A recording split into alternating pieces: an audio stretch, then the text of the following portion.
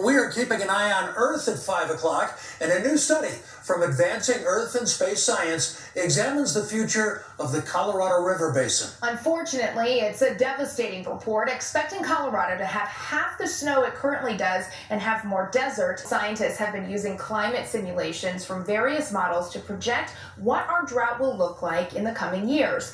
They also looked at capacity for sub-watersheds in the Colorado River Basin. The study shows snowpack has been declining historically and is projected to continue declining. Scientists also say warmer temperatures are extremely likely in the Colorado River Basin, which will lead to changes in runoff and soil moisture. The scientists say drought is one of the greatest impacts of climate change, and already, as we've seen, it's hurting economies all around the world.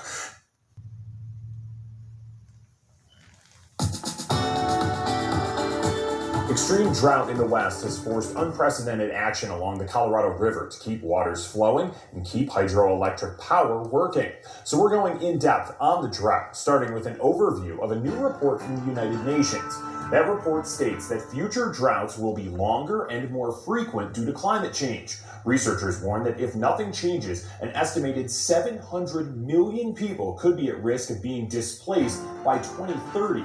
For context, this year has already been one of the worst years for drought in the western U.S. Colorado had one of its driest Aprils in history, while California had its driest January, February, and March ever. Now, complicating the current drought issue, our mountain snowpacks are melting much faster than usual, and not all of the water is making it to rivers and streams. Bill Folsom from our sister station in Colorado Springs reports. The serene sound of a creek.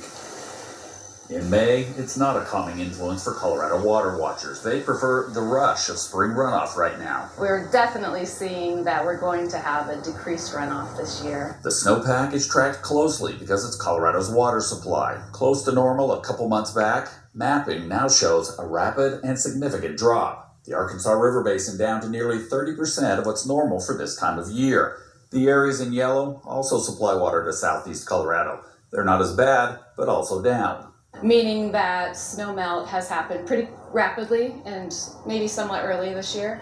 But what we haven't seen are the river flows in the Arkansas come up to match that. The melt is typically associated with runoff that causes rivers to rise. That's not happening this year. Rivers and streams are running low. Some are 20 to 25% of normal. Warm and dry this year have the addition of wind for weeks now. It seems to be dehydrating the snowpack. It's not making it to the river, so it's either going into the soil maybe to replenish some of those dry soils.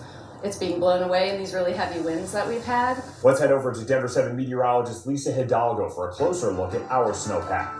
Well, it's been a pretty warm couple of weeks, and this next couple of days, no exception. Unfortunately, the warm conditions that we've seen in the mountains have led to some pretty rapid snow melt. Still some decent numbers when you look at that percentage of average up in through the northern mountains. 92% as you get a little closer to the northern Front Range mountains, but look down in through the Gunnison River Valley, and we're looking 9% of average there, 17% as you get down in through San Miguel and San Juan. So we've seen a lot of rapid snowmelt in areas where the drought is not good. I put those numbers up over our drought map just released today, and you can see the severe drought conditions out on the eastern plains have worsened. We have some larger areas now shaded in orange, which is that severe drought. Also covers a good portion of the southern and southwestern mountains. Abnormally dry conditions here up and through the northern Front Range mountains, and then here in red now a new pocket out on the eastern plains of some extreme drought conditions. So we're hoping for a little bit of rain by the first of next week, but expecting some pretty dry conditions statewide through the weekend.